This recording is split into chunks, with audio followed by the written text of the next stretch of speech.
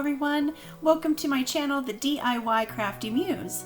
If you haven't already done so, please click that subscribe button if you will. It will help you see new videos in the future.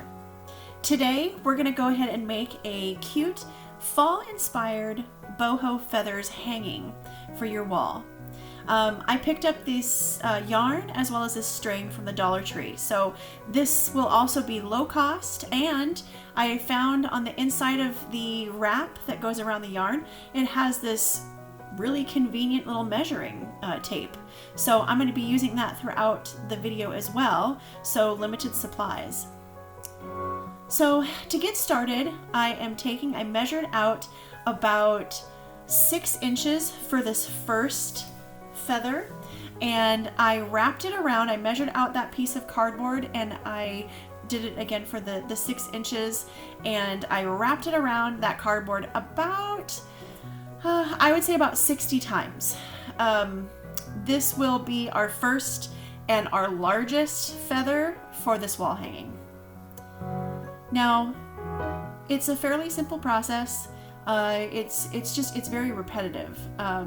What you're going to do is you're going to take that yarn that you cut, and we're going to do this a couple times, so this might be going pretty fast, but we're going to be doing this a few times so you'll be able to see this going throughout the project. I slowed this part down so you can see, but I'm taking those little pieces of yarn that I initially cut, I fold them in half, and now I am placing them.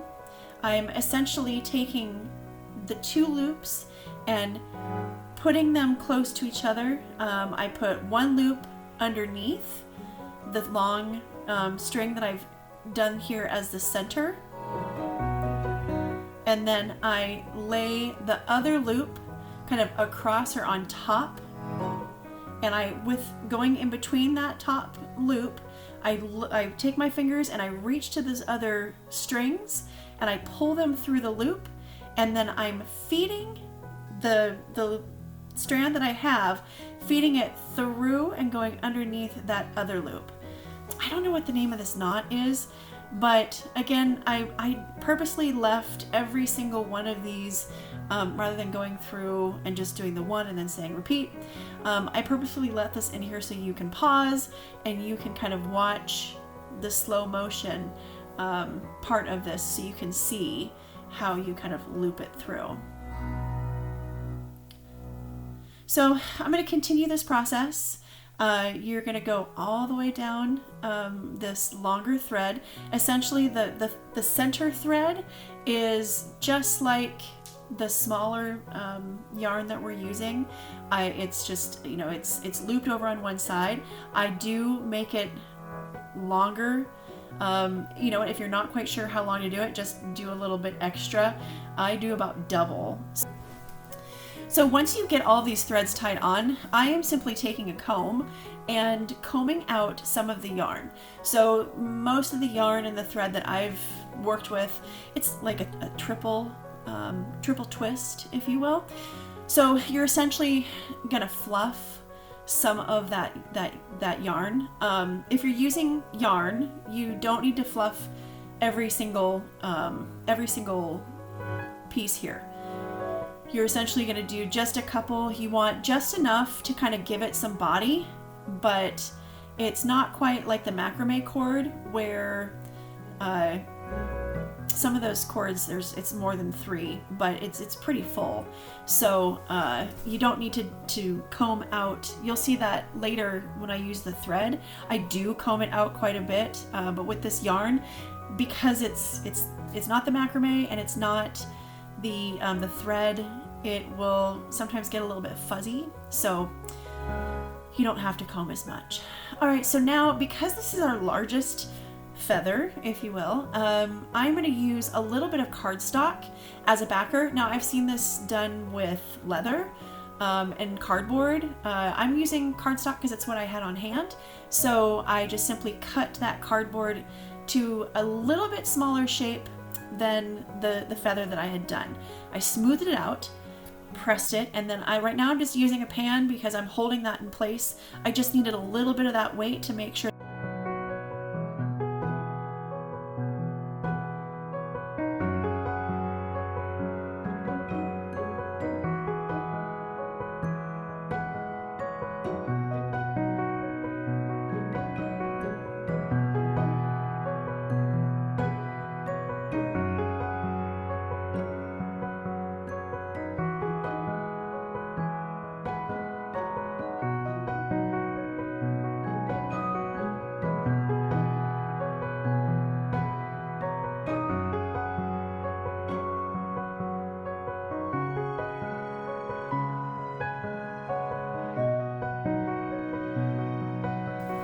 So what this does is that knot at the top, you'll notice as I'm going through this, I am pushing each side kind of up. Once I create these loops and I tie the thread. Let's walk through this one more time. So I'm going to take, again, I'm going to lay that first loop underneath that centerpiece. Then I'm going to take my fingers, pick up that thread, pull it through, and then I'm going to take the end piece to the other side and I'm going to push it underneath that other loop. So then when I pull it together, it kind of knots itself onto that center thread. Now I'm going to push it up. Now because on this piece I did that knot at the top, it won't go any further. Again, this is just a preference. I didn't do it with the first one. I think when I went back, I actually did tie it back on. So it really is, if you pick up a yarn or a thread and it's a little slippery. The first one was trimming of the feather. So we're going to go through that as well. Again, we're going to continue. We're going to do this 4 times. You can do as many as you want. You can even do just the one, right? Just know kind of sizing, figuring out, you essentially take the thread or the yarn and measure it to how wide you want that feather, and then essentially you're going to be using 2 like we're doing here, right? 1 on each side, but you can take that single thread and kind of measure how large you want that feather to be. I recommend start small. Do a smaller one.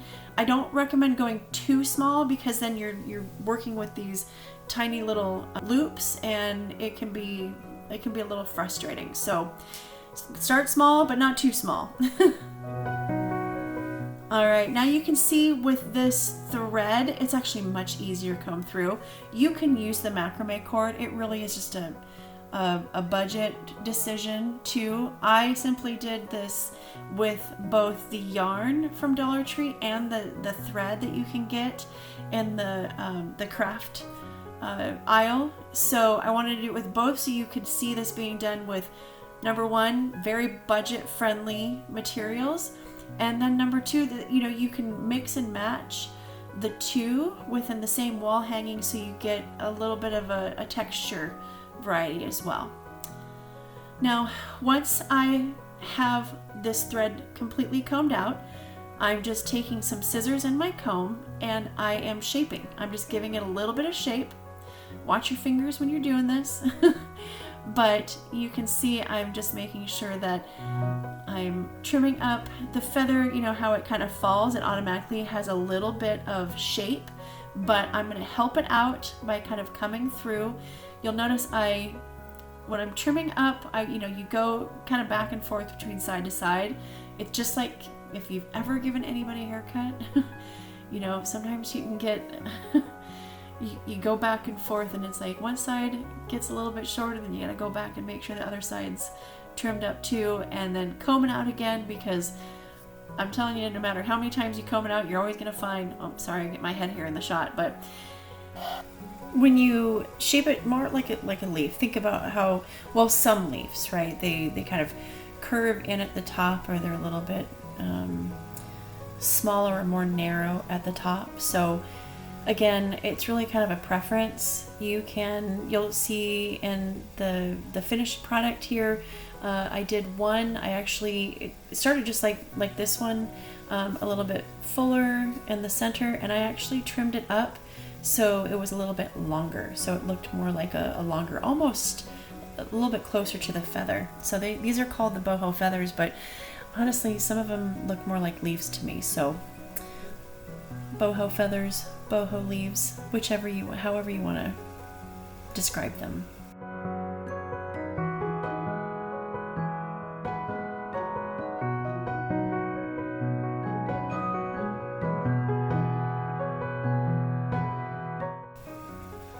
All right, so now I'm getting to the third leaf or feather, however you want to describe them. And again, I'm just taking an inch off the measurement each time. So I started with 6 inches, wrapping it around. Now then I went to 5 inches, so this one's 4 inches. So I'm just going an inch shorter each time.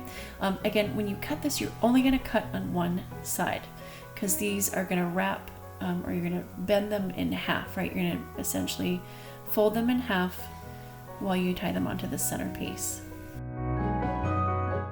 All right, now I'm going to slow it down one more time so we can go and walk through this. And I've zoomed in a little bit closer. You can see how I push through some of those end pieces to therefore tie it to that centerpiece. Again, you're going to take 2 threads that are folded in half, take that first loop and lay it underneath that centerpiece, take the second loop, pinch through the top loop, and then push those threads through that bottom loop.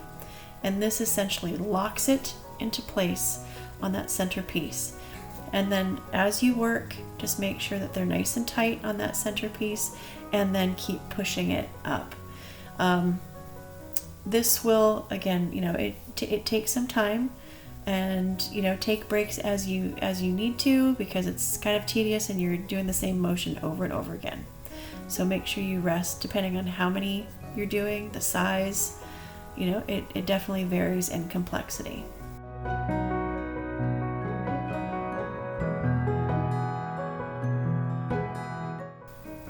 So we're going to continue to work down this centerpiece, again doing the same thing over. So as you finish up this last feather, you'll want to start thinking about what you're going to hang this on. For mine, I actually used a rod from, I think I picked it up at Home Depot. It's just a wood dowel. It's a nice thick one. I want to say that it's a 1/2 inch to maybe 3/4 of an inch thick. But this is where you can get creative. If you have a nice branch in your backyard, or you've collected maybe like a piece of driftwood from a beach visit, this is where, again, you can use what you want. I would just say, make sure that it's not too rough. If you need to, give it a quick sand. If it's something like a branch, if it's sappy, clean it up. You might even want to give it a clear coat. But again, get creative, use what you have. For mine, again, I did pick up, it's a 1/2 inch to 3/4 of an inch dowel. You can find them also at craft stores. Sometimes they're a little bit smaller in diameter, but anything like a wooden dowel, again, driftwood, a branch, something like that will work. Depending on how many feathers you complete, again, I've done 4 for mine, but you might do more than that. So I would just judge it as, so what I usually do is I stagger them a little bit. So when I think about how long I want that hanging piece to be, it's usually at minimum right around the same size as my largest feather. So again, personal preference, but what you're going to do, if you do get a dowel, you can use power tools if you'd like, if you have access to something like that. I'm just going to use a miter box. I'll link it in the description below. This is just kind of a quick and easy way that you can cut anything like this dowel, or I've used it for other pieces of wood. Simple, it's not a power tool. It does take a little bit of of manpower, or woman power, if you will, in order to get this cut, but it cuts fairly easy. For this cut, it's just a simple straight cut. You can see it's called a miter box because you can do miter cuts as well. So if you don't have this tool, don't worry about it. You might even be able to have somebody at like Home Depot or Lowe's cut this for you. So no worries if you don't have this or a power tool.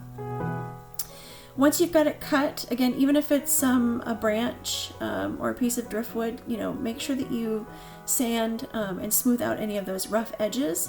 You can also give this a clear coat with some polyacrylic, either spray, or you can Mod Podge it if that's what you've got. Use what you have. Again, this is very, very low cost. If you use a piece, a branch or a piece of driftwood, I mean, I think at the end of the project, you're going to be spending what, like $3 to $4 for this project, but it comes out so nice, and you've got something that you can either put in your home, or you can give it to, a friend or family member as a gift. So once you've got these all tied on in a kind of a staggered pattern, I loosely tied mine because I'm going to adjust them once I get this hung up on the wall. You're going to want to tie another piece of thread onto your hanging piece of wood just so you can hang it on the wall. Once we've got it on the wall, you can adjust, simply untie each of those feathers and, hang them again in that staggering pattern that looks pleasing to you. You can also take your scissors and again trim off any of those little pieces that might be catching your attention there.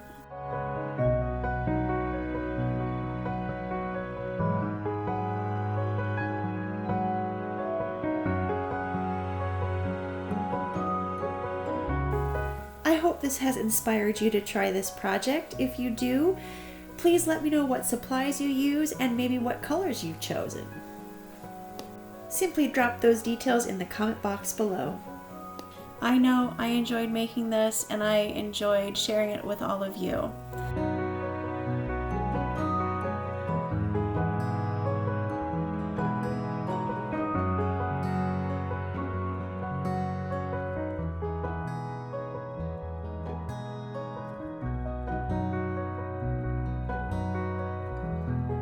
So glad you're here. Thank you so much for spending this time with me.